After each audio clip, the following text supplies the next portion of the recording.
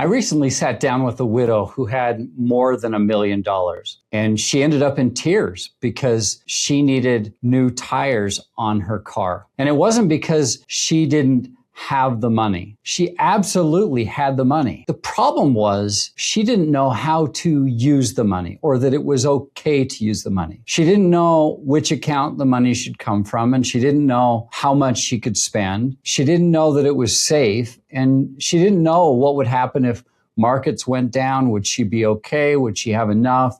Would she run out later on? She had assets, but she didn't have a plan. The biggest misconceptions that I see in retirement planning is people think assets and a plan are the same thing. And it makes a lot of sense because many people built their accounts through 401ks over the years. They put money in on a monthly basis. They let these grow. Maybe someone sold a business. They have a large asset. They're not used to using that money. And so it's a big shift to start to be thinking about, oh, I got to start using some of that money, have to start investing some of that money. So it's a big change from what you're used to. And just because you have assets doesn't mean that you automatically know how you're going to replace your paycheck when you retire or when you're going to claim Social Security. If you claim Social Security, how that's going to be taxed and how much of an income will that be? And will there be a gap that you'll need that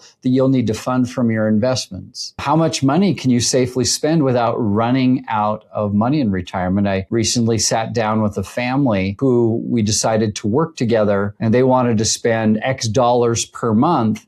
And so as we're building that out, you have to pressure test it and make sure that you don't run out of money and looking at all the statistic probabilities. You also want to know, how is this money going to be taxed? How much you're going to pay? How should my investments change? Should I invest differently for money I'm going to be spending versus money that I'm growing? Just because you have assets doesn't mean you know how you're going to pay for extended long-term healthcare expenses or what you're going to do with your money once all the money is gone. And account balances, many times, when I sit down with people, we have a 401ks from this old job, and some of them have been enrolled to IRAs, maybe current 401k with the current company, maybe spouse has similar types of things. And so bringing this all together to simplify it is one step to creating a plan. Now, I've sat down with hundreds of families preparing for retirement, and many have done a fantastic job of saving. And building assets is absolutely important. But eventually, the question is going to change, right? The question is no longer, how much do I have or how much should I grow this to? The question becomes, am I going to be okay? How do I use what I've built? And how do I replace my paycheck once my paycheck stops and once I retire? So let me just give you an example of two families I recently sat down with. Both of these families had assets, and both already had financial advisors. Both were approaching retirement. And both had a lot of answered questions, even though they had an advisor. Most importantly, neither family felt confident. The first family recognized they needed a retirement plan. They wanted answers around income, taxes, investments, healthcare, legacy.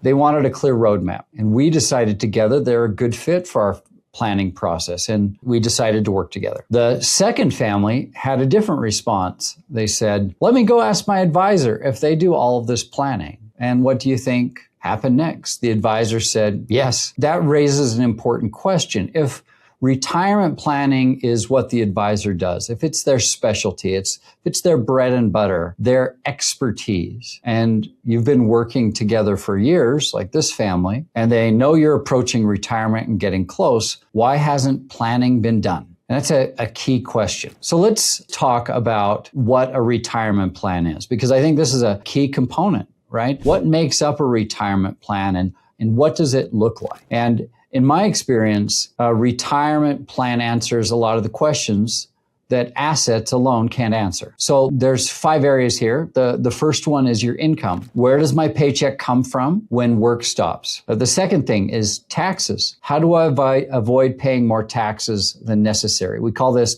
a lifetime tax bill. Number 3, from your investments is, how can my money be invested to support my retirement? Many times before someone retires, they're Their money is in various accounts, but it's not aligned to the goals and to when retirement's going to happen. And if you're prepared and market drops, all those things. Healthcare is number 4. How do I prepare for healthcare, not only when retirement begins, but also extended care costs near end of life? How do you plan for those? And there's a real window if you're younger where you can seize opportunities because of your health. Once your health starts to disappear, there's not as many choices with healthcare long-term, especially extended care. Number 5 is your legacy. What happens to everything I built? Am I going to just leave it all behind? Is the goal to leave as much as possible? Is the goal to just leave a little bit and maybe the house? Or is the goal to move money forward and help your legacy early on? There's a lot of cool planning tools that can be done here that can really transform the way that you're going to retire. So if you're finding this video helpful, make sure and hit subscribe. My goal is to help transform the way people retire and to avoid costly mistakes. What I want to mention now is use a little analogy about thinking about your retirement like a health issue or a heart problem. So your family doctor may be excellent. Maybe you've been with them for years. They're incredibly valuable. But when you have a heart issue, most people generally don't want a general practitioner. They want a heart specialist. So retirement is one of the biggest transitions of your life, full of financial challenges, opportunities for mistakes, opportunities to seize amazing retirement lifestyle. But it's this huge transition. And if you're approaching retirement, I'd really advocate to choose an advisor or to work with an advisor who is a specialist in retirement planning, not simply growing your investments and managing them. And if you're with a great financial advisor, awesome,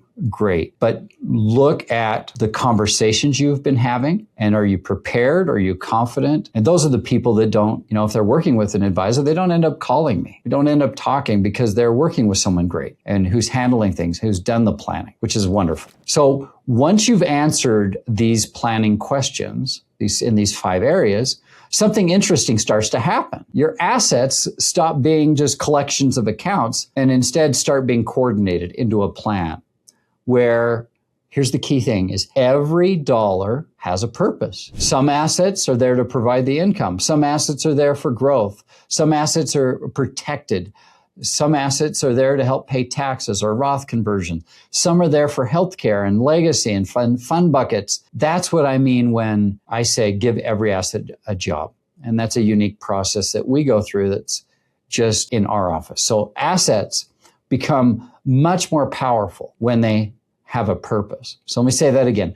Your assets will become much more powerful when they have a purpose. So most people spend decades building their assets, right? Very few spend enough time creating their plan. In fact, many people spend more time planning their vacations than their retirement plan.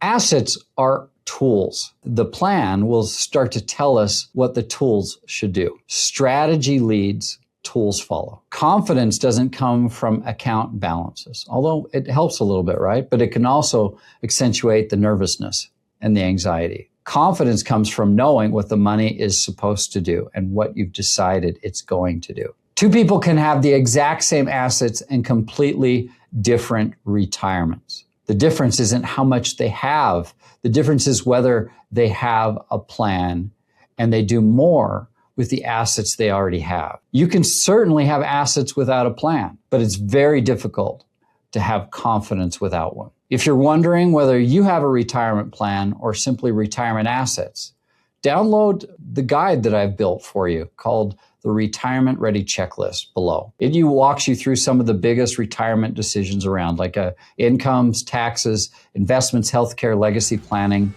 You can download it in the link below. And if you found this video helpful, make sure and subscribe. Thanks for watching. I'll see you in the next video.